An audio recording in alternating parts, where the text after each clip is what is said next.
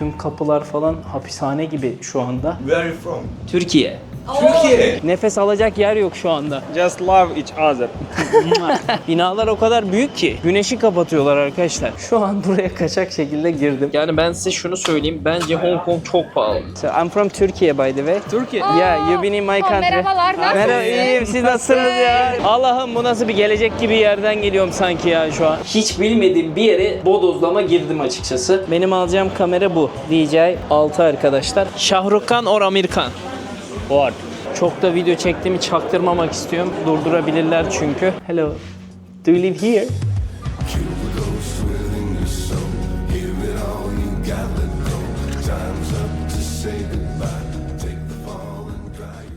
Günaydın, günaydın, günaydın arkadaşlar. Yine bulutlu bir Hong Kong sabahından herkese selamlar. Şu anda neredeyiz? Otelimin havuz katı bölümündeyiz. Arkadaşlar ben kendime bir söz verdim. Sezer dedim, oğlum 3 aydır, 3,5 aydır sporu bırakmadın. Kesinlikle bırakmıyorsun abi. Yoldayım, işte yemekleri şöyle yiyemedim, böyle yapamadım, işte bulamadım. Bahanelerini bırakıyorsun dedim. Ben de o yüzden böyle güzel bir otel tuttum. Spor salonu, aynı zamanda saunası ve havuzu da dış alanda bu şekilde var. Ve çok keyifli açıkçası. Ne demiştik? Geceliği buranın $160 civarında. Hong Kong'da zaten ucuz bir konaklama bulabilmek çok zor. Bulursanız da kutu gibi yerde kalıyorsunuz. Gördüğünüz oteli geçen bölümde çok keyifliydi odası. YouTube çektiğim için de halihazırda daha güzel odayı da verdiler. Birazdan çıkarım yine gösteririm odayı sizlere. Çok keyifli şu anda. Hava bulutlu olması biraz beni üzüyor. Çünkü güneşli bir şeyleri sizlere aktarabilmek, güneşin bize vurduğu enerjiyle beraber sizlere bir şeyleri sunabilmek çok daha keyifli oluyor açıkçası. Ama yine de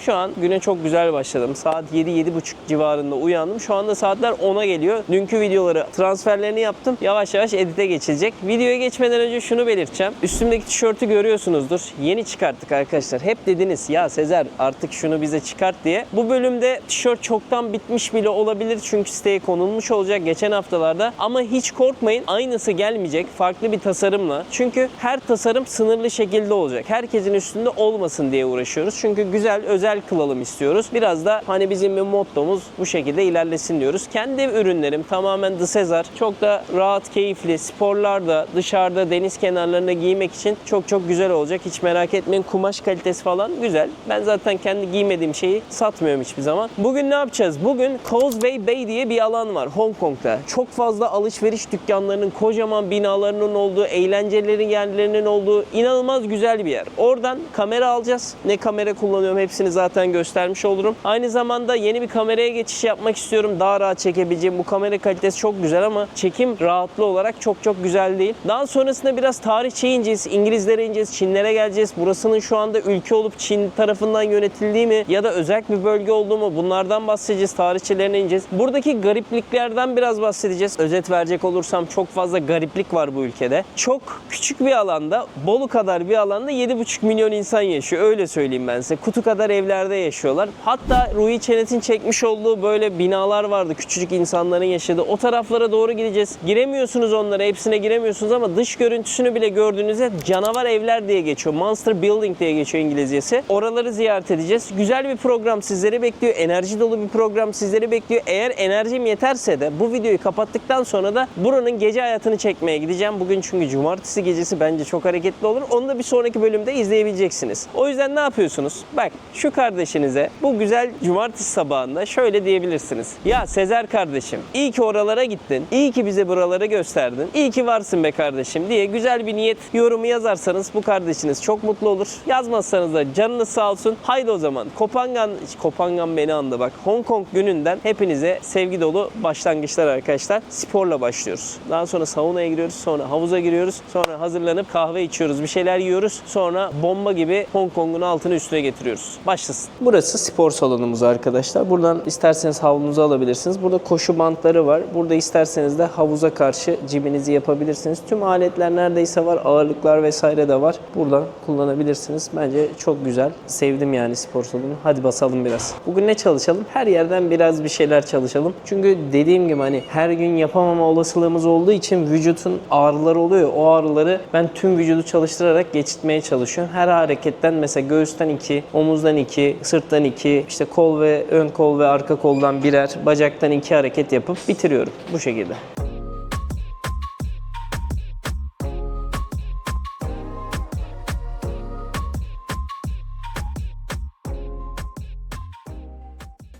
Ve idmanımız bitti. Şimdi sauna, oradan da havuza geçelim. Son bir hareket yapayım size, şov olsun. Bir tane de duvarsız deneyim sizin için. Bayağıdır yapmıyorum çünkü. Yine iyi, fena değil. Tamam. İnandım tamam. Hadi gidelim saunaya. Beni hatırlayanlar bilir. Arkadaşlar bir videom var. Hırvatistan'da denize girerken orada bir göbeğim var. Onu gördükten sonra dedim ki benim kilo vermem lazım. Eski bana dönmem lazım diye. Şimdi 3,5 ayda da yapıyorum. Gelin son form durumunu göstereyim. Şimdi yeni idman attık. Son durumumuz bu. Hala şurada var. Ben ekmeği çok seviyorum. Ekmeği bırakamıyorum. Yani bırakmak da istemiyorum açıkçası. Çünkü keyif alıyorum. Onun dışında bakacak olursak göğüs kaslarımızda bir kas kütlesi artışı. Kolda aynı keza. Göbek bayağı gitti. O videoyu buraya koyalım. Görün yani aradaki farkı, ne demek istediğimi. Yandan da fena değiliz. Şurada biraz yağ oranımız kaldı. Ama onun dışında fena değiliz. Ya yollarda bu kadar oluyor en fazla zaten. Biraz daha besine dikkat ettiğimde zaten bu otomatik gidecek. Bence iyi ilerliyor. Sizler de yorumlara yazabilirsiniz. Çok karşınızda cıbıl cıbıl da dolaşmak istemiyorum. Bu bir gezi kanalı çünkü. Ama en azından benim hayat hikayemi de beraber görün istiyorum. Hem belki birilerine de motivasyon olur bu sporlar. Hani yolda bile oluyorsa düzenli hayatta neden yapmayasınız, değil mi? Saunaya girelim. Maalesef kötü hava koşulları nedeniyle havuza giremedim. O yüzden odaya geldim. Hazırlanacağım, dışarı çıkacağım ama yağmurlu. Hong Kong'a hangi aylarda gelmelisiniz derseniz normalde bu aylar güneşli olması gerekiyordu ama bazen de şans işte dağlarla çevrili olması, yüksek bir yerde kalması buradaki yağış oranını da arttırıyor. Zaten Asya'da muson yağmurlarını da biliyorsunuz. Ben ilerleyen dakikalarda videonun içinde tam hangi aylar en güzel aylar şeklinde de yorumlayacağım. Merak etmeyin. Odamız bu şekildeydi. Biraz dağıttım. Erkek olayı, biraz eşyalarımız olduğu için odada bu şekildeydi, hatırlarsınız. Bakın yağmur böyle yağıyor şu anda. Duracak inşallah. Yani şu an sisten göremiyoruz karşı kocaman binaları, öyle diyebilirim, o kadar.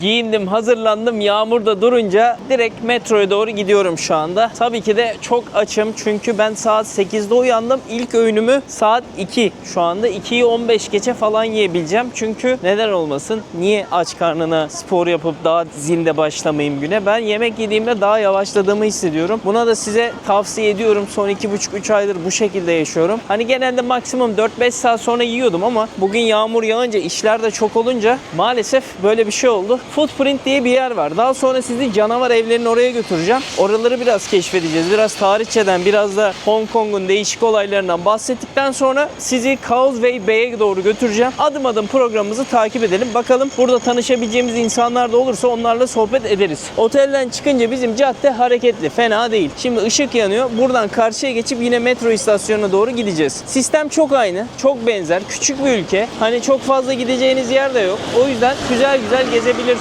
burada 4-5 gün boyunca. Yeşil yandı. Hadi geçelim. Hala Asya ülkelerinde çoğu insan maske kullanımına özen gösteriyor. Özellikle böyle restoranlara vesaire gittiğinizde her yerde maske olur. Bak çalışan bir kadın mesela yine maskesi var. Dükkanlar bayağı var ya. Hani bizdeki dükkan sistemi var ya, bunlarda da geçer. Amerika'da yok mesela. Amerika'da dükkan sistemi diye bir şey yok arkadaşlar. Çok garip Amerika. Amerika çok başka bir yer ya. Hani hepsinden farklı. Bak yine maskeli bir kız geliyor karşıda. Köşede dükkan varmış bak mesela, kekçi. Bunlar bayağı bu hamur işlerine yükseliyorlar ha. Her yerde şeyci var. Bakery house dedikleri yerlerde. Şimdi karşıya geçelim. Şimdi dostlar metroya bindik. İlk durak gideceğiz. Buradan Fine Print'e gidiyormuşuz. Footprint değilmiş, karıştırdım. Orada yemek yiyeceğiz. Bakalım burada Asya'da Batılıların yapmış olduğu yemekler nasıl? Bali'de çok iyi, Tayland'da çok iyi. Hong Kong'da nasıl görelim. Şunu fark ettim. Metroların içinden bir yere çıkmak zulüm. Bak belki de 20 tane merdiven böyle ayrı ayrı basamaklı, en az 10 tane basamaklı 20 tane yerden çıktım. Bir ara labirentte kaldım sandım ya, o derece bir uzun yani, git biliyor, hala çıkıyoruz ya. Şöyle bir tane daha merdiven çıktı şimdi. İyi Allah'tan bu çok uzun değilmiş. Ya geldiğinizde hazırlıklı olun abi. Hong Kong metroları bitmiyor. Gene bir tane hamur işçisi metroda ve her metroda çok güzel tuvaletler var arkadaşlar. Tertemiz oluyorlar. Çok iyi gerçekten. Şehirde ilk kez güneş doğdu arkadaşlar. Çok güzel haberler bunlar. Yani size inanılmaz güzel görseller yakalayabilirim demek oluyor bu. Güneşin mutluluğu. Şimdi Fine Print'e doğru ilerliyorum. Yine Quarry Bay denilen bir metro istasyonuna geldim. Burada bulunuyor bu yer. Kocaman yine binalar var. Bak mesela burada çok eskiler var. Görüyor musunuz? Bazen öyle eskiler var ki yenilerle o kadar uyumsuz ki insan şaşırıyor doğrusu. 7-Eleven yine var. Binalar o kadar büyük ki güneşi kapatıyorlar arkadaşlar. Yani güneş varsa bile güneşi göremiyor hale geliyorsunuz. Bir de çok araları dar. Güzel yere geldik galiba. Burası mı acaba? Değilmiş. Burası da güzelmiş ama. Burada değerlendirilebilir. Ne kadar düzenli her şey ya. Yerleri tekrardan bir kontrol edelim. Pislik var mı yok mu? Yani hadi hiç kimse bir şey atmıyor. Ot da mı düşmüyor kardeşim ya? Yani böyle bir şey olabilir mi ya? Hani yaprak bile yok. Çok enteresan. Burada bir tane daha kafe var. Bu da güzelmiş. Enoteca diye. Bizimkisi bir tık ileride kalıyor galiba. Evet, ileride sağda kalıyor. Burası da çok güzel. Pichi diye bir yer. Buradaki kafeler hep güzelmiş ya. Avrupavari binaya bak. Benim mekan da çok şıkmış. Direkt binanın altında Fine Print arkadaşlar. Hani Hong Kong'da güzel bir şey arıyorsanız kafe burası iyi diyorlar. Tabii 4.2 yine yani çok yüksek değil ama en azından şu an güzel duruyor her şey. Yedikten içtikten sonra da tekrar notumu veririm. Çok acıktım. Devam edelim. Hello, how are you? What are their name? Hey guys. They don't care. Şöyle bir menü geldi arkadaşlar. Burası 4 ya da 5 yumurta artık tam bilmiyor onlar da. Gramajlı verdiler. 2 tane de ekmek. Böyle 16-50 dolar falan tuttu Amerikan doları. Haberiniz olsun. Şeyde de Hong Kong doları da 130 tuttu. Pahalı. Yani ucuz değil. Şimdi Bali'de bunları 8-10 dolara yiyorduk. Güzel ama. Karnımı doyurayım. Bir tane kafe deneyeceğim. Kahve de içeyim. Sonra başlıyoruz.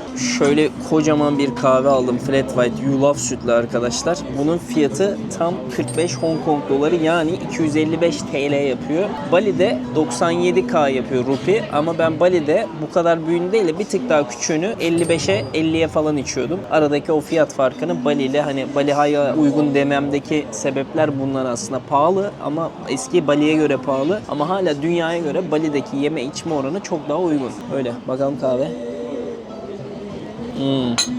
Çok güzelmiş. Bayıldım. Ekstra sıcak diyorum ben bir de. Of çok güzel. Mutluyum şu an. Birazdan canavar evlere hazırım ben. Afiyet olsun bana. Şimdi çıktım o canavar evlere diyorum. Giderken de böyle dükkanlar gördüm. Görüyorsunuz mu? Bak kocaman böyle ördekler, tavuklar, domuz etleri her şeyi bu şekilde satıyorlar burada. Buradan alıp yiyebiliyorsunuz bu şekilde. Fiyatlar da yani nece olduğu belli değil. O yüzden İngilizce olmayınca tam anlayamıyorum ama ucuzdur. Ucuzdur yani. Şu mesela 50K diyor. Çok ucuz. Kocaman tavuk mu artık neyse. Şimdi yürüyeceğiz arkadaşlar bu tarafa doğru. Bak binaların eskiliğini görüyorsunuz mu? Bu tarafa doğru gidiyorum şimdi. Hadi bakalım. Şu üst geçitten geçmem lazım. Do you speak English?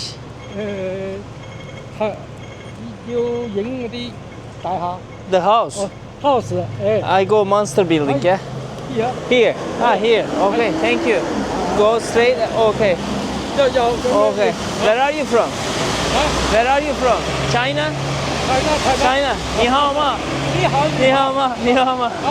Görüşürüz. Tamam ben oraya aynen. Ben ona başka bir şey soracaktım o bana. Adresler bir zeki gibi hani bilmiyorsun ama İngilizce. Faruk Eczanesi yani. O şekilde oldu. Faruk Eczanesi. Abi ana yoldan yürüyorum şu anda. Vızır arabalar geçiyor. Çok eski binaların içine doğru girmeye başladım. Monster Building'e gidiyoruz. Monster ne ya? Canavar ev nedir kardeşim?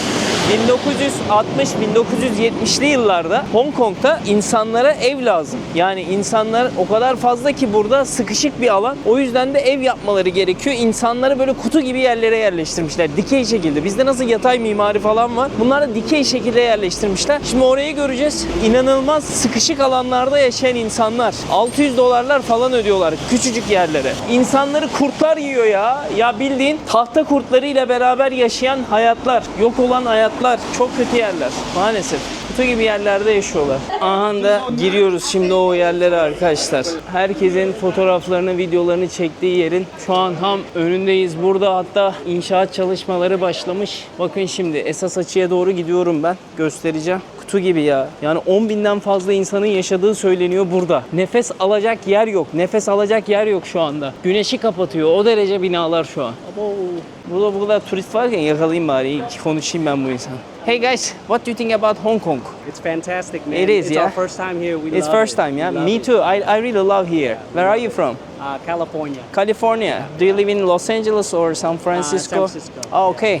This year it's gonna be World Cup in San Francisco. Yeah. You gonna watch that? Yeah, no, I probably don't have money to No? go watch it, but Come I on, watch it man. at home. I watch it at home. It's better idea Yeah, sometimes. Yeah, you're gonna be And then together. I save money to go to Hong Kong. Yeah, that's good. You can come again. Yep, yep. So you originally born in California or you No, moved there? we both born in Vietnam. Oh, Vietnam. I love your country as well. Vietnam is so good, especially like Ho Chi Minh, Hanoi, Da Nang. Where Was are so you good. from? I'm from Turkey, Turkey. Turkey. Awesome. You've been in Turkey? It's on our list. It's on our You list.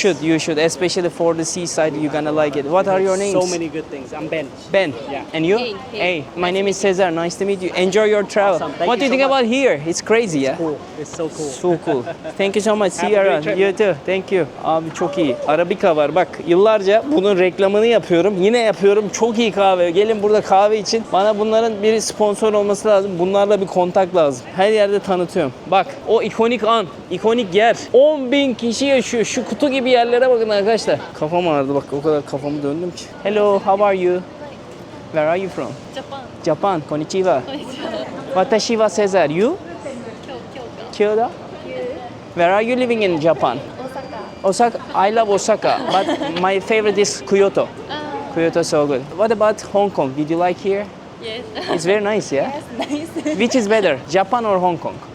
Hong Kong, okay. What's the best thing for you? Why do you like here so much? People and People nice, yeah? They are so friendly, Friendly, talking, yeah. Not like Japan. But you are friendly also. thank you. So, tell me, best thing about Hong Kong, except people. Food Food is nice. and buildings. Buildings, yeah. It's so big, yeah. So big. Not like Japan. You live in Osaka? Do you study?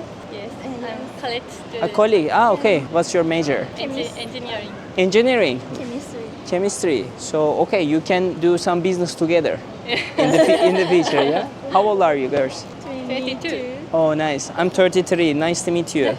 Nice to meet you. Good. Arigatou gozaimasu. Arigatou. Arigatou gozaimasu. See you. Thank you. Bye bye. Japonya'nın yine sakin ve saygılı insanlarını yine burada görebiliyorsunuz. Yani bu kadar aslında. Hani geliyorsun burada Monster Building'larda fotoğrafını çekiyorsun gidiyorsun. Öyle ikonik bir yer olmuş burası. Peki bu binalar neden böyle yapıldı arkadaşlar? En önemli olayı aslında 1953'te büyük bir gecekondu yangını çıkıyor. Orada insanların evleri tabii ki de yok oluyor. Daha sonrasında 53.000 kişi evsiz kalıyor. Sonra da böyle toplu konut projesi başlanıyor. Bu şekilde bir modele geçiyorlar. Yani bu şekilde yangın sonucu insanları böyle karınca gibi küçük binalara sokmuşlar açıkçası. Çünkü burası o kadar pahalı olunca hani buradaki gelir düzeyleri evet yıllık kişi başına düşen milli gelir 55.000 dolar civarlarında ama herkese bu para düşmüyor. Nasıl ki Türkiye'deki miktarlar da herkese düşmüyorsa burada da Hong Kong'da da gelir adaleti dağılımı çok mantıklı değil. Kimisi çok küçük paralar kazanıyor. Daha küçük binalarda yaşıyor. Kimisi çok paralar kazanıp yine küçük binalarda yaşıyor. Öyle çok fazla büyük bina bulamıyorsunuz. Bizdeki gibi 5+1 odalar falan bulamıyorsunuz burada. Buluyorsanız da çok zenginlerin villaları vesaire oluyordur. Onları da biz burada göremiyoruz pek fazla. Çünkü burası dağılma olarak büyük bir dağ düşünün. Çevresi dağlarla çevrili bir yerde küçücük bir alanda sığmaya çalışmışlar. Öyle bir yaşam alanı.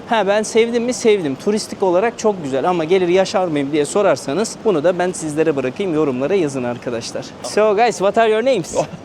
My name is Kang Ho and he's Chin. Jin, nice to meet you guys. You are Nice to meet coming you. from Korea. Korea, we are from Korea. Okay, so when you compare Korea, which is better, Hong Kong or Korea? Huh? 어디가 더 나아? I think Seoul is better. Because So, we okay. are from Korea. Ah, okay, that's why you choose. Huh? Tell me, what's the best thing in Hong Kong? What do you like most? 어, We just arrived yesterday, so Me too.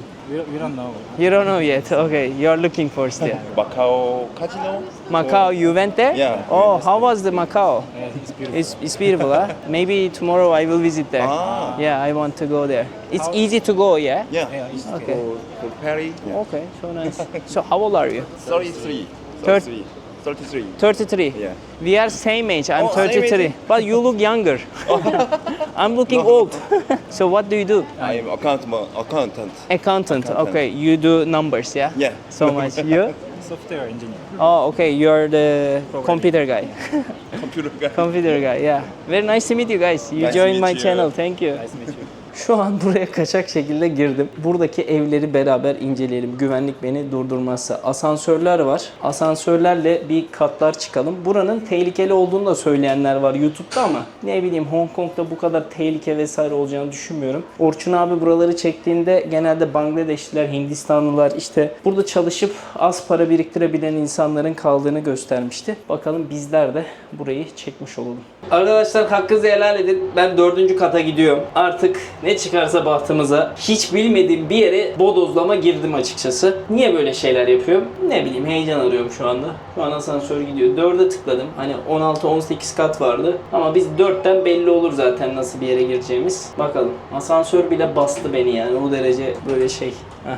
Abi hapishane desen hapishane değil. Baksanıza bu ne kadar kötü yerler ya.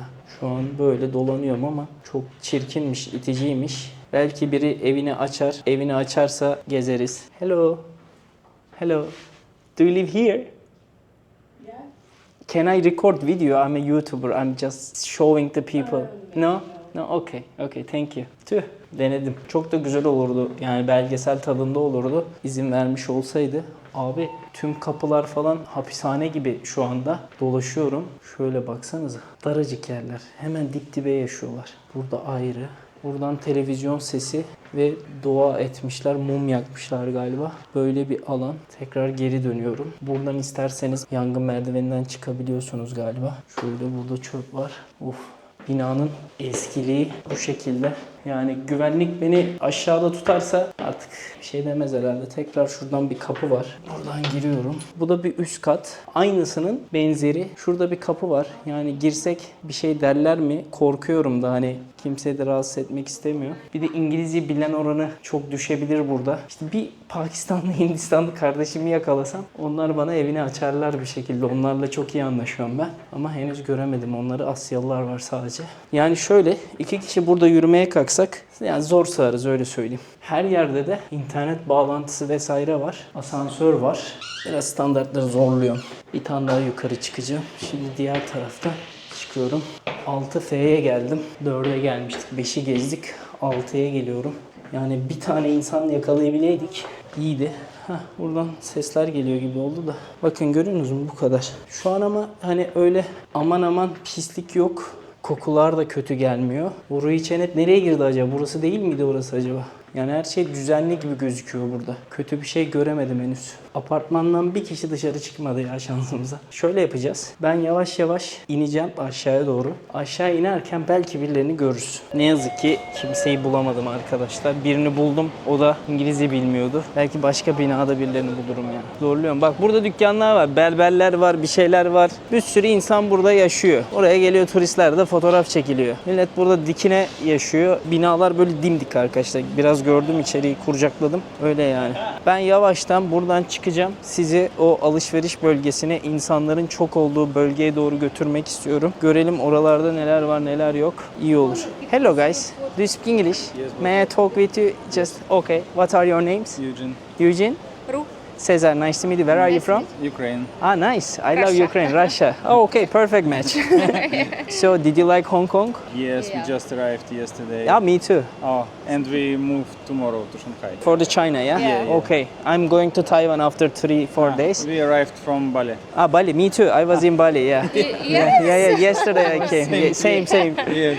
What do you like most here? Oh, bro, we just started our trip, Yeah. so everything. Everything so nice, yeah? Yeah. After Bali, especially the big buildings. Yes. It's cool if we can compare with China that people talk in English here because in China No? they do not. No. Yeah. Yes. this Do you is live what- in China? No, we No. were there for 2 days, but Okay. we noticed that no one speaks English even in the airport. But here, their They English do. is so good, yeah. Yes. So what did you do in Bali also? You travel? Travel, Yeah. yes, winter period. When in Europe there is winter and cold. Where do you move live in Europe normally? Everywhere. Everywhere. bro. So you're a traveler also? Travel, Me too, yeah. me too. I do videos for the travel. Ah, okay. So I'm from Turkey by the way. Turkey. Yeah, you've been in my country. Merhabalar, nasılsınız? Merhaba, iyiyim. Siz nasılsınız ya? Why we talk English ya? Çok güzel. Allah Allah. Çok memnun oldum ya. Allah. So where have you been in After Shanghai, Turkey? we go to Istanbul. You can go Kuala Lumpur. I checked the flight is more cheaper than I the other already country. have tickets from Shanghai to Yeah. Istanbul. okay. So Yeah, I good. used to live in Istanbul for 3.5 years. Oh, Then so moved good. to Antalya We for a love year. Istanbul, yes. What about Fethiye? You've been in Fethiye, Fethiye? Muğla? Yeah, I was living in Fethiye also. Aladeniz, Eludeniz, yeah. Kaş. Kaş. I love that part, yeah, so much. Yes, How long have you been together? more than a year. Okay, what's One the and a secret being together? Long time. I don't know. Just love each other. Okay, And so respect. good. Respect. This is Yeah. the most And key. Yeah. support. How old are you? 37. Oh, She's 28. you look so young, bro. Oh, thank Yeah, Yes. yeah. His jeans is so good. Yeah. Thank you. You're handsome. You're beautiful. Thank you. I'm 33. Nice to meet you Nice guys. to meet you, Thank bro. you so Nice much. to meet you. I have channel I can give you and you can watch Oh, one day. Yes, yes. please. Okay, Thank let's you do very that. much. Bye. Bye.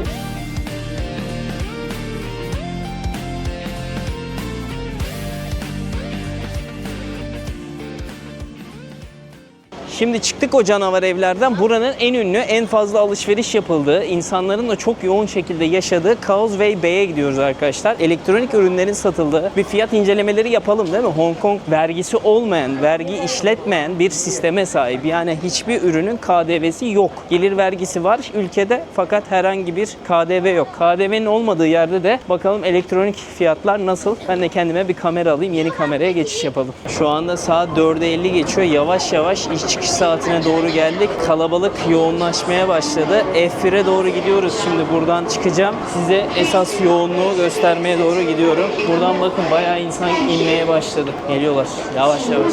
Nerelere geldik? Eyvah eyvah. İnsan seli. Tam bir Hong Kong şu anda. Bakar mısınız şuna? Oh oh oh oh. Hadi bakalım. Küçücük alanda 7,5 milyonu koyarsan böyle oldu işte. Japonya gibi burası şu an, Shibuya. Arabalara vesaire bak. Allah'ım bu nasıl bir gelecek gibi yerden geliyorum sanki ya şu an. Terse yürüyormuşum. Şu an tekrar bu sokağa geçtim. Buradan devam ediyoruz. Of, orada da bayağı büyük kalabalık var. Bayağı da böyle kalabalık görmüyorum ya. En son Kore gezisinde böyle görmüştük. Yanımızda Chanel falan var. Adidas var. Tüm büyük markalar var. G200, 2000 diye bir marka var. Hiç bilmiyorum. Hong Kong bayağı güvenli arkadaşlar bu arada. Yani insanların bir şey olmaz dediği hani var ya, ya şurada eşyayı bıraksan bir şey olur mu? İşte o ülkelerden bir tanesi Hong Kong arkadaşlar. Bugün kahve içtiğim yerde çocuğa dedim ki ya eşyama bakar mısın? Kamera falan masadaydı. Döndü. Bakarım ama dedi Hong Kong'dayız biliyorsun değil mi dedi. Evet dedim. Olsun kardeşim dedim. Biz insanoğlu dedim çiğ et yemiştir. Her şey olur dedim. O yüzden böyle. Kocaman bir AVM'nin önündeyim. Bak leopar falan görüntüsü var. Çok insan var. Of. Her yerdeler. Biz şimdi nereye gideceğiz biliyor musunuz? Vallahi ben de bilmiyorum. Düz gidiyorum işte. Şuradan gidersek daha yakın diyor. Kestirme bir yol var. Deneyeceğim. Yani beynimi %100 kullanıp böyle bir yol çiziyorum kendime. Burada yine sıra var bak. Kafayı yiyeceğim. Her yerde. Neymiş bu? Bakehouse. Bak gene Bakehouse. Bu Bakehouse'un önünde hep insan var ya. Sorry guys, why do you wait here? Egg. Dessert? Yes. Okay, that's why people wait here. Bakın sıraya bakın. Hepsi tatlı için arkadaşlar. Yani değer mi lan bir tatlı? Ya siz neyi bekliyorsunuz burada? Ne var şimdi burada? Dur bakıyorum. Abi bu ne markası ya? Bunlar sırayı bekliyor. Hello, excuse me. What do you wait for? What kind of shop this? Clothes? Streetwear. Streetwear. What's the famous thing inside? Like t-shirt, short, everything? T-shirt. The logo is like that. This logo. What's the name of this? Sushi. Sushi. Thank you. Abi bir gün The Sezar'da böyle olur mu ya? Neymiş bu? Baksana bu sıraya. Avrupalı da bekliyor. Bir gidelim onu bir rahatsız edelim. Rahatsız etmiyorum bak, yavaş yavaş soruyorum. Kimseyi rahatsız etmeden bu işi yapmamız lazım. Zor bir iş çünkü ama önemli bir iş. Excuse me guys, may I ask some question about the line? No?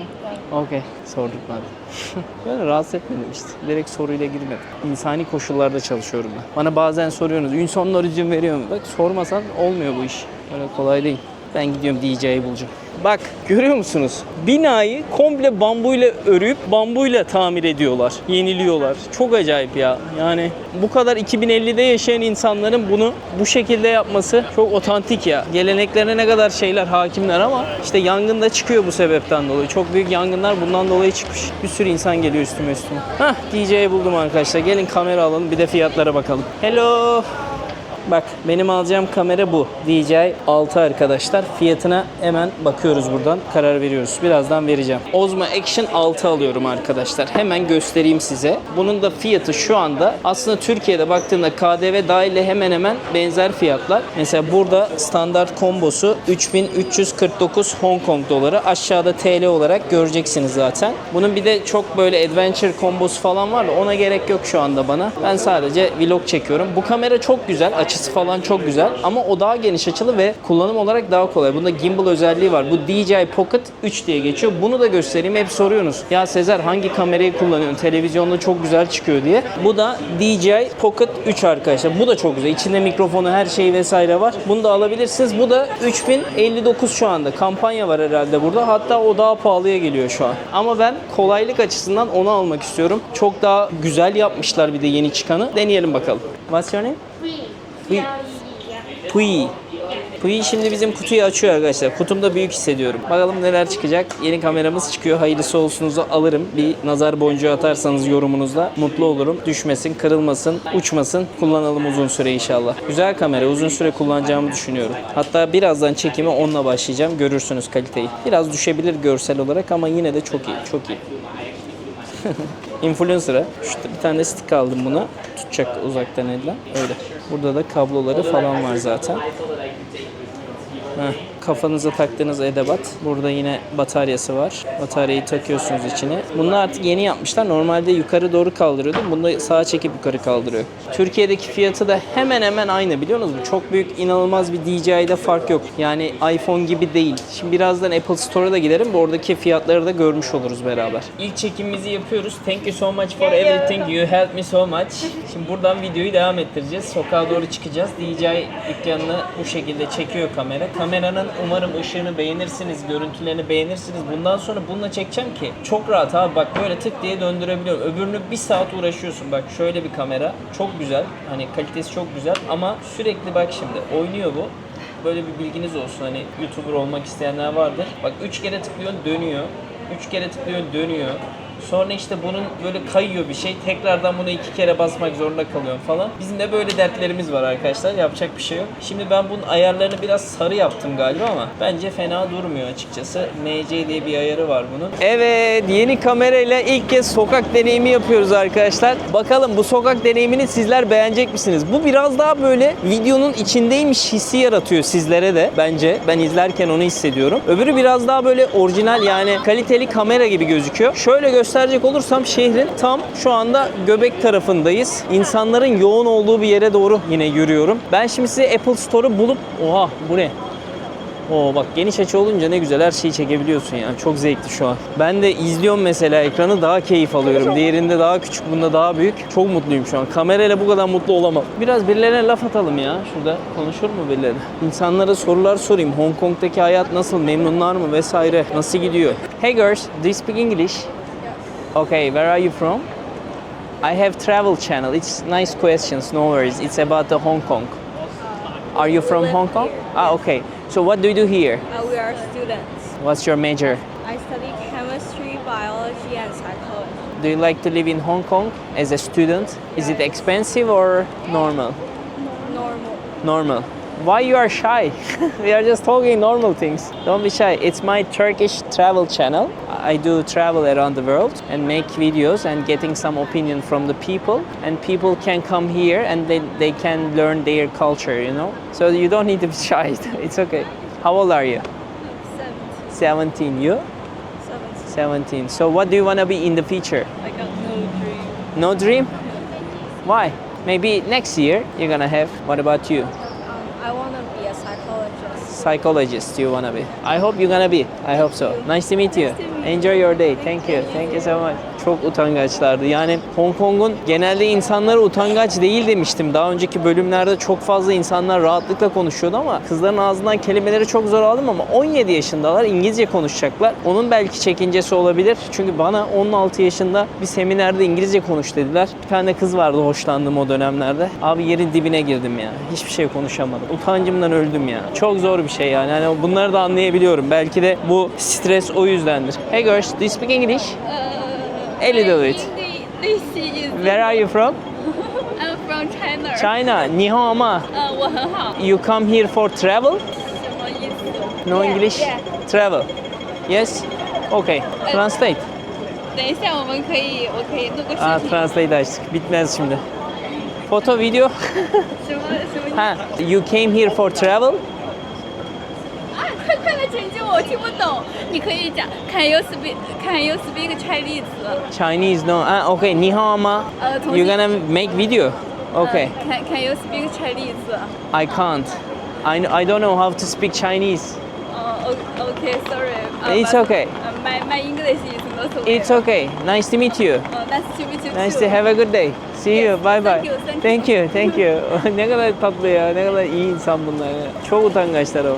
Şimdi şöyle kestirme yoldan Apple Store'a doğru yol alıyorum, geçiyorum. Burada bayağı turistten az şey var. Kendi yerel insanları var. Onları duyabiliyorsun. Yani fazla görebiliyorsun. Hey guys. Burada bak yabancılar var. Kapitalizmin göbeğine arkadaşlar. Nereye? Tabii ki de Apple Store'a. Gelin buradaki fiyatları bir inceleyelim bakalım ne kadarmış. Vergi olmayan bir ülkeden bahsediyoruz çünkü. Direkt bizzat inceleyerek sizlere göstereceğim. Çok da video çektiğimi çaktırmamak istiyorum. Durdurabilirler çünkü. Ama elimdeki de büyük artık. O yüzden yapacak bir şey yok. Durdururlarsa durursunlar. iPhone 17 Pro Max. Gelin göstereyim. Mesela tıkladım. Dur şunu İngilizce yapalım. Yoksa işin içinden çıkamayız. Mesela C pricing dedik. Select model dedik. Yok bu karşılaştırma için. 256'sı 10.199. Yani ne yapıyor? 10.199 TL fiyatı 57.900 TL yapıyor. Şu anda Hong Kong'da 17 Pro Max'in 256'lı. Bakalım Türkiye'de ne kadar şu anda? 17. Ben sevmiyorum böyle kıyaslama videolarla. Çok merak edenler oluyor. Çünkü bizde zaten yarısı vergiye gidiyor. Şu anda Mediamarkt'ta 116 bin lira arkadaşlar. Türkiye'deki fiyatı şu anda 116 bin. Buradaki fiyatına da baktık az önce. 57 çarpı 2 ne yapar? 114 yapar. Yani şu anda 114 bin TL 2 tane iPhone alabiliyorsun. E-mail okutma vesaire de tahmin ediyorum 50-55 bin civarında. Tamamen eşit çıkmış oluyor eğer e-mail'i kaydederseniz. Ama onun dışında buradan direkt alıp şey yaparsanız bir sorun yok. Tüketim çılgınlığını görüyorsunuz değil mi? Abi full insan dolu. Her yerde yani zamanında Steve Jobs bunu hayal etmişti. Big think demişti, büyük düşün demişti. Tamamen yansıtıyor valla. Helal olsun ne diyeyim. Adam öldü gitti ama markası geride. Milyonlar satıyor her yıl. Devam edelim şehri dolaşmaya. Biraz sokak yemeği deneyelim değil mi? Gökdelenleri görüyoruz ya her yerde bu şekilde. Hani tüm hepsi kocaman ya.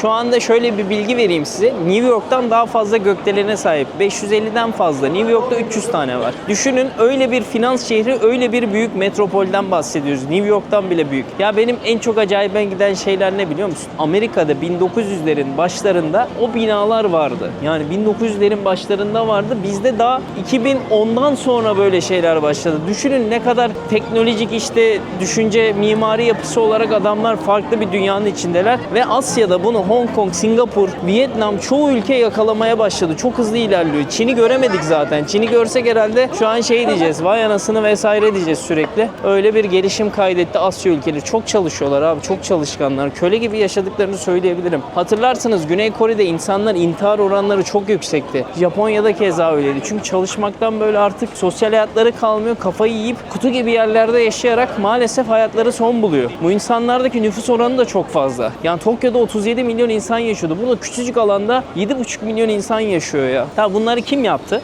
Gelelim biraz da tarihe değil mi? Tarihten bahsedelim. Bir önceki bölümde girmiştim konuya ama tam detaylı anlatmamıştım. Yıllar 1800'leri gösteriyor. Kim geliyor abi? Güneş batmayan ülke İngiltere buraya geliyor. İngiltere ne yapıyor abi? Burayı hemen sömürüsü altına alıyor. Yıllardır yaptıkları gibi. Hala da yapıyorlar bence. 1800'lerde bunu yapıyorlar. Daha sonra burada liman kenti olduğu için burada uyuşturucu vesaire işlerine başlıyorlar. Çok fazla uyuşturucu satışı vesaire yapıyor ve Çinliler bunlardan rahatsız olup buraya geliyorlar. Çinliler bunların afyonlarını yakıyorlar. Bunların kurucularını yakıyorlar. Komple yok etmeye çalışıyorlar. Tabi bu sırada da ne oluyor? Savaşlar başlıyor. 1840'lardaki 1. Afyon ve 2. Afyon savaşları başlıyor. Afyon dememizin sebebi de buradan geliyor zaten. Bu savaşlar sonunda ne oluyor? İngilizlerin canı yandığı için savaşta kazanıyorlar. İngilizleri kolay kolay canını acıttığında yenemezsin. Öyle bir tarihlerde başarıları vardır arkadaşlar. Sonra ne oluyor? Burayı diyor ki Çin'e, ben diyor bazı bölgelerini alacağım, bana vereceksin buraları diyor. 1898 yılında 99 yıllığına İngiltere burayı kiralıyor arkadaşlar. Yani burası artık İngilizlerin bir kolonisi haline geliyor. Mola veriyorum. Burada canlı müzik var arkadaşlar. Sokak müzikçileri. Bunlara destek olalım. Bu çocuklar yiyorlar, içiyorlar. Destek olalım. Nice music guys. Ben müzik sanat adamlarını hep sevmişimdir. Tekrardan sokağa indik bu arada. Yiyecek bir şeyler arıyorum bu süreçte. Bir yandan da İngiliz kolonisinden bahsediyor. İngilizler burayı 1900 yıllarda başlıyorlar geliştirmeye abi. Ticarete atıyorlar. Ondan sonra Çin'deki bu iç karışıklıklardan dolayı buraya bayağı göçler oluyor. İyice gelişiyor burası. İyice bir liman kenti, iyice bir finans şehri haline dönüştürülüyor İngiltere tarafından. İngiltere zaten bunu hep yapar. Gittiği yerlerde insanları sömürür ama oraya ticareti getirir ki o insanlardan da para kazanmak için. Çok zekiler. Ve şu anda Hong Kong'da İngilizce bilmeyen çok az insan var.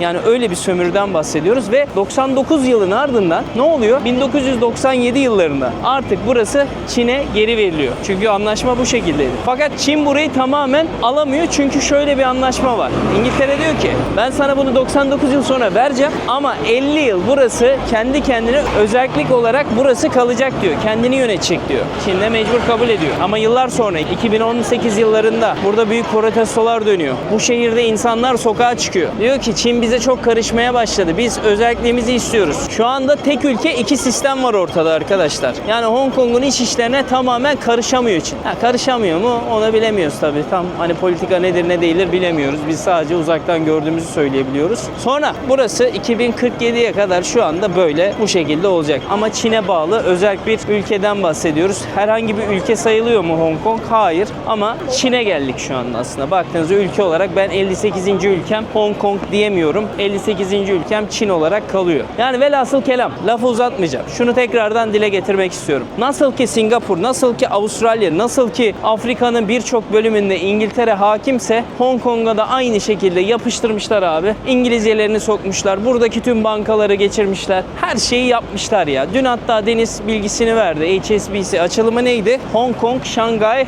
bilmem ne Corporation Banking diye geçiyor. Yani yine İngilizlerin kurduğu banka günümüzde Türkiye'de bile ne kadar aktif görebiliyorsunuz. Yani İngilizler bence dünyanın hakimi gibi bir şeyler. Zaten baktığında Yahudiler, Amerikalılar, İngilizler. Bir de Fransızlar. Her yerde bunları görüyoruz. Vallahi bu İspanya Başbakanı'na da helal olsun. Son dönemde güzel konuşmalar yaptı. Biraz ben de politikayı ağzın ucundan takip ettim. Bu Trump zaten çılgın bir adam. Putin ayrı bir çılgın adam. Yani bizim bu süreçte doğru şekilde ilerlememiz de çok iyi oldu. Çünkü hani savaşa sürüklenen bir toplum olmak istemeyiz. Evet milliyetçiyiz, evet gururluyuz ama neden biz o savaşa girelim değil mi? Çok mantıklı gelmiyor. Sınırlarımızı doğru şekilde korursak, içerideki büyümeyi doğru sağlarsak, içerideki insanımıza güzel hizmet verip, içerideki insanımız da kendi ülkesine gereken değeri verirse kimseye ihtiyaç duymayız. Evelallah dört tarafı denizlerle çevrili, tarımın olduğu, üretimin olduğu, genç nüfusun olduğu bir ülkeden bahsediyoruz. Bizim kimseye ihtiyaç duymamamız lazım zaten ama sistemde bazen hatalar olabiliyor. O sistemi düzeltmek gerekiyor bazen. Şimdi ben böyle bir sokağa doğru geldim. Tarihçesi de bu şekilde. Yine İngilizler çıktı işin içinden. Burada Tesla arabalar da çok. Bunları da taksi olarak falan da kullanılıyor. Dün bindim. Böyle bir devam edelim bakalım. Burada ne veriyorlarmış? Sokak yemeği gibi bir şey var. Yine insanlar önünde bekliyor.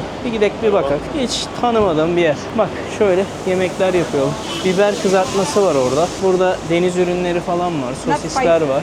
Bunların şeyi çok ünlü. Bak yuvarlak balık topları var. Fishbowl yazıyor ya. Onlar çok ünlü arkadaşlar. Dün şu waffle'dan yemiştik. Öyle lezzetli değildi açıkçası. Burada ama insanlar bayağı alıyor götürüyor şu anda. Fiyatlar da fena değil. Uygun. Sokak yemeği olunca ucuzluyor. How is food? Good? Tasty? It's a fishbowl. Fishbowl, this one, sausage. Sausage. You want to try? Yeah, thank you so much. It's hot, huh? It's good. Thank you so much. Enjoy. Thank you. Çok tatlı kadın ya. Çok sıcak ama. Taksiler çok orijinal ya. Film gibi baksanıza. Abi kameraya para verdim diye mi bilmiyorum ama çok iyi değil mi ya? Psikolojik olarak bence şu an. Bu gece bu videoyu bitireceğim. Sonra gece hayatı videosuna geçeceğim. %90 çekeceğim. Bugün cumartesi çünkü. Benim o gece hayatını yakalamam, çekmem lazım sizlere. Burada çok iyi değil mi? Aha ben. China. You come here for travel or you live here? 北京。Huh? 北京。北京。 Beijing. What is that? China's national China national. But capital. travel here. Oh yes. Holiday. Holiday? Oh, yeah. Ah, okay. Did you like here? You like it? Like this. It's nice, huh? Better than China? Okay. Yine İngilizce etmedi ya. Kahve dükkanına geldim bir tane. Burada kahve içeceğim. PCV diye. Gayet güzel duruyor. Hem dinlenip şarjlarımı da edeceğim. Thank you so much. How much? 90 please. Abi bir tane kahve, bir tane soda. Şu anda burada ödüyorum. 90 diyor. Yani ne yapıyor? Ben de öğreneyim. Size altta yazsa da. Yani bir kahve, bir tane soda burada küçük bir dükkanda 11,5 dolar yapıyor. Pahalı mı değil mi artık siz hesaplayın arkadaşlar. Şurası 90 ödediğim olay bu. Güzel ama. Şöyle de bir tane bir şey veriyor. Kağıt. İçinde bilgi falan varmış. Bunun için para veriyorsun diyor da. Iş bu. Dün burada hatırlarsanız Victoria Meydanı'nda ışıkları izlemiştik gemiye binip. Ben burada çok dolaşmadım. Dün sadece oraları izledim geçtim. Buraları dolaşıp aynı zamanda insanlarla da konuşmak istiyorum. Şu Hong Kong'u öğrenmek istiyorum yaşayanlardan. Nasıl bir yermiş görmüş olacağız. Bakın bu Tişim Şa bilmem ne bölge söyleyemiyorum da yazacağım alta. İnanılmaz insan var burada da. Her yerden insan geçiyor şu anda. Ya, garip bir yaşam ya gerçekten. Ben böyle oradan oraya dolaşıyorum işte. Böyle geziyorsun. Keyfe keder. Böyle bir dükkanların olduğu bir yere gireceğim. Fizik kapalı çarşı gibi duruyor. Aynen Hintli Pakistanlıları gördüğümüze göre kapalı çarşı gibi bir yere girdim şu an. Bir anda Pakistan Hindistan'a geri döndük. Kokular da değişti. Direkt baharat kokmaya başladı. What's the name of the street here bro? You are selling something here, yeah? Everything. Where are you from? I'm from India. India. Okay, I have a question. Shah Rukh Khan or Amir Khan? What? Which is better, Shah Rukh Khan or Amir Khan? Samrugan? Shah Rukh Khan. Shah Rukh Khan. Shah Rukh Khan. Of course, Shah Rukh Khan better. King Khan, yes? Yes. Do you know some songs? Tujhe dekha to ye. Jana Sanam. I like Shah Rukh Khan movies. So what's your favorite movie? Shah Rukh Khan movie? So many movies have. But which is Now the best? coming new one, Jawan. Jawan. Yeah. I like Kabhi Khushi. Kabhi Gum. Yeah. Yeah. So how long have you been living here? 7 years almost. How do you like to live here? It's good? Yeah. Is it expensive or good? Not expensive, good one. Where do you live? My house is Jordan. How much you pay rent? Because I heard that it's very expensive here, yeah? No, maybe 4,000, 4,000, 500, 5,000, almost around this one. Yeah. So which is better, India or Hong Kong? Both is better. Living in because I'm born in India, then his motherland, then he is better. Where do you live in India? Bihar. Bihar. Bihar, yes. What's your name? You know Bihar? No, I don't know. This one, Bodh Palace. Yeah. That means you know Bodh? Gautam Buddha. You know Gautam Buddha? No. Buddhist god. I don't know. You know Buddhist? Maybe I know, but I don't know. You search to Google. Buddhist is religious. Same like Islam or Hindu, Christian. You say Buddhist? Buddhist, Ah, yes. Buddhist. Okay, you say know Buddhist. Buddhist, That's why I know. So you're Buddhist?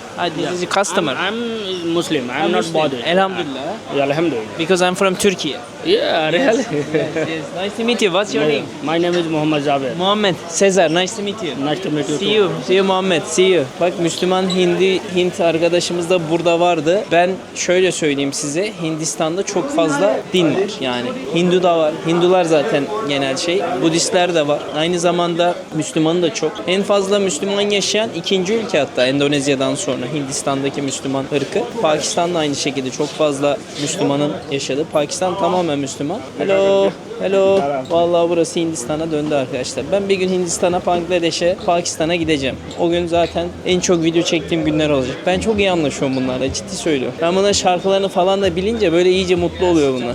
Hello. Burası hakikaten böyle küçük bir telefoncuların, elektronikçilerin olduğu bir pazar haline gelmiş. Burada bavulcular var. Orada indirimli her şeyi alırsınız. Yemekler var. Tamamen Pakistan, Hindistan yemekleri var. Pilavları var bunların. Şöyle dükkanlar küçük küçük. Hi, how are you? You have amazing energy. What's your name? My name is Lady. Lady. Oh, lady. Lady, what kind of food here? Indian food. Oh, nice food. Indian food. Change. Girdik aralarına valla. Bak burada karıştırıyor dayım. Yemek yapıyor. Hello. Burası da başka bir dünya. Hong Kong nerede? Burası nerede değil mi? İki tane farklı dünyanın içindeyiz şu anda. Şimdi tekrardan ben diğer dünyaya doğru gidiyorum. Burada böyle bir tane eski bina var. Vay anasını ya. Hani orası neresi, burası neresi baktığında. Koku düzeldi. Baharat kokuyor her yer ya. Ben söylüyorum bak 2050'de dünyayı bu adamlar alacak abi. Her yerdeler. Her yeri almış durumdalar. İşçi tamamen bunlardan çıkıyor. Çok acayip bir endüstriye sahip bu adamlar çalışma olarak. İnanılmaz. Her yerden yine insanlar gelip çıkıyor. Kalabalık var bayağı bir. Ben Hong Kong'u bulamadım ya. Yani burada hep Çin'den gelen insanlar var ya. Yer buldum yine ekranlı. İnsanlar burada fotoğraflarını çekiyorlar. Herhalde bunlar Rusya'dan bu arkadaşlar ya da Ukrayna'dan bilemiyorum. Fotoğraflarını çekiyorlar. Ben de burada çekeceğim. Çok iyi. Baksanıza. Sinematik bir görüntü. Nerede kamera? Heh. Kamerayı temizleyelim. Hep pis olur mu kameraya? Şöyle. It's nice place. Herkes burada geliyor fotoğraf çekti. Şöyle bir alanda ışıkta bekliyoruz. Çok sinematik bir an ya. Çok hoşuma gitti. Tekrar şuradan karşıya geçeceğiz arkadaşlar. Çünkü geldiğimiz yere geldim şimdi. Bu sefer gemiden değil karşıdan bakacağım o ışık şova nasıl oluyor. Kameranın gece modunu açtım şimdi. Bu şekilde çekilmeye devam edeceğim. Koyun gibi oradan oraya gidiyoruz valla. Bak gemi turu satıyorlar ellerinde. 150 verdik dün. Çok fazla turist yok fark ettiniz mi? Gece moduyla değişik oldu ha. Güzel duruyor değil mi? Herkes oturmuş buraya ışık şovu bekliyor. Yüzlerce binlerce insan var şu an burada ya. Abi nasıl bir turizm ya? Nasıl bir insan yığılması oluyor? Işık şovun etkisi. Bir Burj El Arab'da var bir burada var ya. Baksanıza. Binlerce insan şu an şu heykelin fotoğrafını çekiyor. Ama yani burası da acayip bir yer ya. Her yerde ışık, her yerde kocaman bina var. Baksanıza. Olmaması zaten sürpriz olurdu buranın bu şekilde. Şöyle göstermek istiyorum. Birazdan 20 dakika içinde de ışık şov başlayacak. Bu insanların hepsi ona bakıyor. Ben şöyle şu tarafa doğru yürümek istiyorum. Bir de burada hava daha serin ha. Çin deniziyle beraber daha serin hava şu an. Burası bayağı yürünüyor yani. Bayağı gidebileceğimiz bir alan var. Yürüyüş yapmak için de müthiş bir yol. Hi. May I ask a question about Hong Kong? Easy yes, question. you can. Where are you from? What is it for? I have travel channel. It's okay. nice questions, Okay. no worries. What's your name? Nile. Nile. Yes. Where are you from? Germany. Wie geht's dir? Sehr gut, und dir?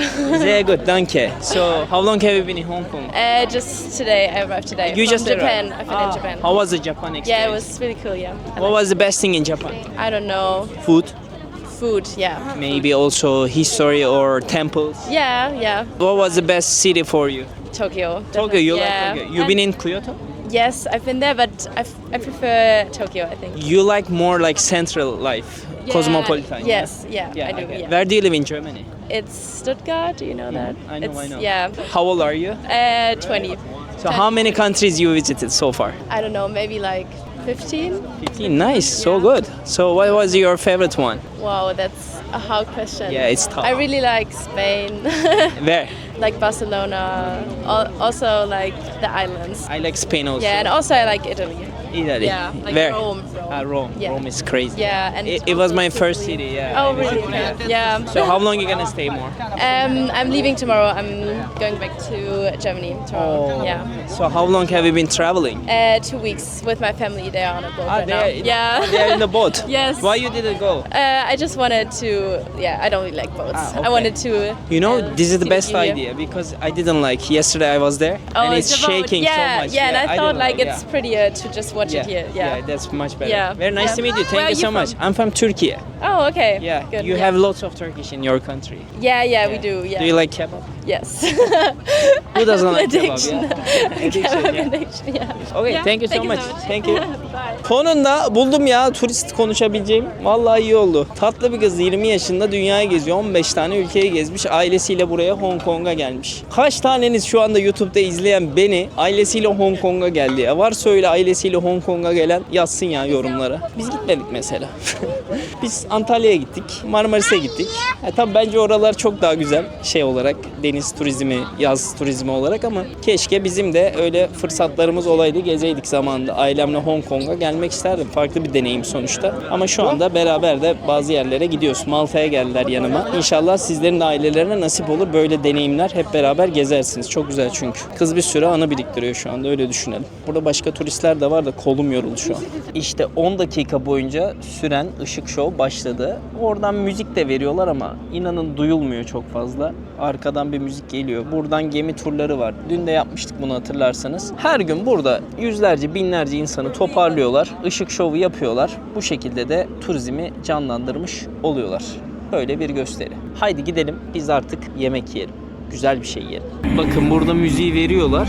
Burada da ışık bu şekilde sürüyor. Ama müziği bence daha yüksek vermeliler. Tüm herkesi gaza getirmeliler. Alkış malkış yapılmalı. Uçmalıydı burası ama uçmuyor. Bu kalabalığın içinden sıyrılıp ana caddeye doğru gidiyorum şu anda. Çok fazla insan var zaten, görüyorsunuz. Herkes ışığın videosunu çekiyor, binaların. Hello girls, do you speak English? Yes, a little bit. Did you like here? Yeah. Where are you from? Italy. Italy, come stai? Bene. Bene, grazie. Turkey. Turkey. Turkey. From where Italy? Milan. Ah, Milan, nice. You in Turkey? İzmir. Do you know? No. It's my hometown. My family lives there. I was living in Malta. I visit Italy so much. Okay. Come ti chiami? Francesca. Francesca, you? Bianca. Bianca, Cesar, mucho gusto. Nice to meet you. Nice to meet you too. Thank you. Have a good day. Ciao, Ciao, Bella. İtalyan ya. İtalyan samimiyeti diye bir şey var abi. Var. Abo, ne olmuş buraya? Savaş alanına dönmüş. Burada da oturuyorlar. Sinema izler gibi ışık izliyorlar ya. Komik bence. Şimdi mikrofon takmıyorum. Buranın orijinal sesini duyun istiyorum komple. Ne kadar gürültülü değil. Yani bu kadar yoğunlukta bile, trafikte bile hiç korna sesi daha duymadım henüz. Kimse korna çalmadı. Kimse de böyle bağırarak konuşmuyor. Garip ya. Yani bu kadar insanın içinde ses çıkmaması, tebrik ediyorum. Bak daha hala korna yok. Bizde 100 tane olmuştu. Işıklar var bir de her yerde bak. Medeniyet kardeşim, medeniyet. Hiç öfkelenmiyorlar bunlar. Hiç strese girmiyorlar galiba anladığım kadarıyla. Yolda yürüyen YouTuber'lar gibi oldum ya bu bölümde. Çok güzel ama yani burayı sadece yolu bile izlesen olur, öyle bir yerde bu insanlar hayat sürüyorlar. Benim hani böyle aman aman sürekli bir şey anlatmama gerek yok bence. Çok farklı bir deneyim var şu anda sokağın içinde. Işıklar, renkler inanılmaz yani. Bak yine bambudan yapılan bir bina var orada. Şimdi yemek yemeye götürüyorum sizi. Bakın kuyumculardaki altınlara bakın ya, kocaman. 32.390, 23.320, çok büyük paralar. Bakın orada bir tane daha kuyumcu var. Burada bu çok ünlüymüş ya. Bak şimdi görüyorsunuz mu? Kocaman ya. Kraliyet şeysi gibi resmen. İçerisi de böyle. Burada da saatler var. Hong Kong'da saatler de ünlüymüş ya benim bildiğim kadarıyla. Sanki bedava dağıtıyorlar ya. Bu kadar insan. Eczane ve güzellik malzemelerinin satıldığı alan. Bunların eczanelerin adı şundan çok görüyorum. Mannings diye geçiyor. Mannings diye okunuyor galiba. Şimdi biz restorana gideceğiz. Yemek yiyeceğiz arkadaşlar. Japon restoranı. Alana geldim. 11F'e çıkacağız. Bu ne oğlum? İnşaat şeyi gibi biniyor mu? 11F'e gidiyor mu? 11. Restorana giden asansöre bak, Allah'ım yarabbim. Şöyle bir restorana geldik arkadaşlar. Burada böyle mangal tarzı bir şeyler yapıyorlar. Sushi yapıyorlar. Burada aileler oturmuşlar. Ben de şöyle köşeye oturacağım. Burada bir şeyler yiyelim bakalım. Japon mutfağı 852 diye geçiyor. Gentlemanlar için 238, kadınlar için 198. Neymiş bu? Öğreniriz birazdan. Enteresan. Şimdi restorandaki kız, hi, what's your name? Oh, Suki. Hello. Suki, where are you from? Hong Kong, Hong Kong. Oh, nice. How do you like to live here? Do you like to live in Hong Kong? Yes. Everything is good? Good. Why people needs to come here? Yes. But why? More people come for other places. For food? Yes. Yes. Tamam. Yes. Okay. Food or beer. A beer. Yes. Drink. Yes. Drink, Or yeah? beer. Okay, yeah. I can show my YouTube, yeah. Change the alphabet. Şimdi görelim bakalım ne tepki verecek. Sezer Yılmaz. Hah. Ah. Subscribe, yeah. The best. Okay. The best to you. The best, yeah. You are the Okay. best, yeah. Okay. You always come other. I always change the country, yes. Oh, okay. I see your video. Yes, the videos. Ah, okay, okay. Hong Kong. Hong Island. And then Hong Kong videos is coming soon. Ne anlatıyorum? Hong Kong. Hong Kong, no Hong Kong yet. No Hong Kong. I just arrived. Later Hong Kong. You will be on the YouTube. YouTube, yeah. I support you. Okay, thank you. Thank you. Şimdi bakalım menülerde neler var. Burada abi bildiğiniz Asya yemekleri var şu anda. Komple Japon yemekleri. Mangal da yapılıyor, sushi de yapılıyor. Seçelim. En son ben ne yedim, ne içtim. Fiyatları da sizlere söylerim. Arkadaşlar normalde hepsini bir arada çekecektim. Fakat şu anda yemek böyle an be an geldiği için soğumasın diye böyle yiyeceğim. Burada bir tane taco varmış. Somonlu, tunalı şekilde. Şöyle bandırdım. Bu bayağı başarılıymış ya. Çok hoşuma gitti. Burada short rib var. Burada tavuk neck var. Et de çok güzeldi. Bayağı iyi. Çok iyi hatta. Tebrik ederim. Fiyat da ben baktım yine 40-50 dolar civarı bir şey ödeyeceğiz. Ama et yiyoruz. Wagyu eti söyledim. En değerli etlerden bir tanesi. Bu taco 98K mesela. Bunlar işte 30-40, bunlar 50-60. O şekilde en son gelsin hesap söyleyeceğim net hesabı. Afiyet olsun. Şimdi hesap geldi. Hesaplıyor Suki. So how much total? Total. 187. Oo. If you discount is 4% off. Okay, thank you. Thank you so much. Thank you so much. Abi ne kadar yaptı söylüyorum size. Yani ben size şunu söyleyeyim. Bence Hong Kong çok pahalı. Tamam ben de iyi yedim ama 62 dolar ödedim ya. 62 Amerikan doları ödedim. Ciddi bir paradan bahsediyoruz. Abi nereye gidersek içki bile içmedim ben ya. Et yedim, güzel et yedim. Tamam eyvallah da ben bunun aynısını başka bir ülkede yesem 25 ile 35 dolardan fazla vermezdim. Çok para. Thank you, sir. Thank you. Thank you so much. Thank you. It's okay ya. Okay. Thank you Suki. Okay, Thank you so much. You are so nice. Yeah, nice to meet you. Nice to meet you too. Yeah. Yes, anytime you can come in. Okay, I will. Thank you. Thank you Suki. See you. 62 dolar ya. Çok ciddi rakam arkadaşlar. Dünyanın en pahalı ülkelerinden bir tanesi burası. Haberiniz olsun. Yani böyle bildiğiniz Burger King, McDonald's gibi yerler haricinde, küçük dükkanlar haricinde ki burası da öyle ağam şam lüks bir yer değil öyle söyleyebilirim. Ödüyorsunuz. Her türlü 40-50 dolar çıkıyor haberiniz olsun. Ona göre planlamanızı yapın diye anlatıyorum. Öyle ben keyif aldım açıkçası. 60 dolar da versem en azından karnım güzel doydu. Kaliteli bir yemek yediğimi hissettim. Acıtıyor mu? Acıtıyor ama yapacak bir şey yok. Alıştık artık. Gezerken bunlar artık bizim işimizin bir parçası. Teşekkürler. O yüzden yorum falan yapın da hani videolar iyice izlensin arkadaşlar. Şimdi ben sizi nereye götüreceğim biliyor musun? Harika manzaralı bir rooftop'a götüreceğim. Yine Deniz tavsiye etti. Sağ olsun gezdi o buraları benden önce. Gidelim orayı da izleyelim. Sonra bakacağız. Evet bugünkü son yerimize geldik. Eye Square denilen en güzel yeri sakladım arkadaşlar. Eye Bar denilen bir yer var. Göz barı demek yani Türkçesi. Bakalım sizleri ne karşılayacak? Yani göreceğiniz şeyler çok çok hoşunuza gidecek. Söz veriyorum. Öyle bir yere götürüyorum. Bekleyin ve görün. So what's your name? Crystal. My name is Cesar. Nice to meet you. Are you from Hong Kong? Yes, I am. So what do you do for living? Doing real estate. How is real estate here? It's expensive, yeah? It's quite expensive. Like for example, if I wanna buy like 2 rooms and 1 bedroom, how much approximately? Central could be, I guess, like 20,000 per square feet. Like total how much? Like a decent one could go like 20 million. 20 million Hong Kong dollar. I think could go higher. Yeah, So expensive. Yeah. How old are you? around 20-ish, 20-ish 20, on the high end. But yeah, Do you like to live in Hong Kong? yeah, I love it. Why tourist people come here? What's the reason? The vibe is good. Paradise. And people are nice, like you. You are so nice. You're Thank you. kind. Thank you so Thank much. You you. joined me. Yeah. Have you ever visited another countries? Yeah, plenty of like Asian countries. Which is the best for you? Not in Asia, but I love Barcelona. I like Barcelona too. The city is so good. Yeah, I love it. Okay, I have another question. If you have any chance to live, which country you choose? Shanghai. Shanghai. Yeah. China. In China, yeah. I never been there. I hope I'm gonna go there. Nice to meet you, Christina. Nice to meet you. Enjoy. Thank See you. you. Thank you. Thank you. Şimdi çıkıyoruz 30. kata doğru. Hadi bakalım. 30. Onlar da onu işaretlemiş. Süper. Böyle bir asansördeyiz. Hey guys, how are you? So good. So good. Where are you from? South Korea. Okay. From Seoul? Yeah. Okay, which is better? South Korea or here? South Korea. South Korea. Yeah. I like South Korea more actually. Yeah, I was in Myeongdong. Myeongdong. Yeah, When? it was good. When? It was good. When? 4 months ago. 4 months ago. It was hot. It was really hot. Oh yeah. Yeah, it was in the summertime I went there. I think August. August. August. Yeah, It was yeah, very yeah. hot, yeah.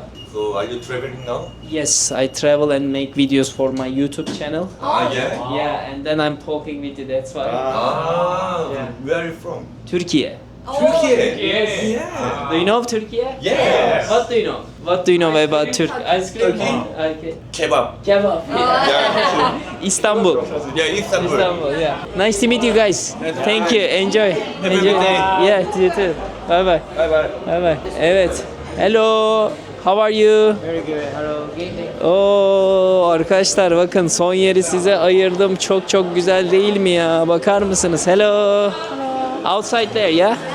Bak bara bakın bara. Öf. İnanılmaz güzel değil mi burası ya? Evet. Oturmak istersek dışarıda belli bir para ödüyoruz anladığım kadarıyla. O ortam fena. Çok fena. Bayağı fena. Bayağı iyiymiş. Yabancılar falan da var. Karışık. Her yerde üf manzaraya bakın arkadaşlar. Alın sizi en son getirdiğim yer çok iyi değil mi? Bir bu kardeşinize bir like atın böyle bir yere getirdiği için sizi. Vay be dünya değişti bir anda. O kadar güzel ki burası şu anda. Bayağı iyi. Komple her yeri görebiliyorsun şu şekilde baksanıza. Çok çok iyi. Müzikler de çok güzelmiş.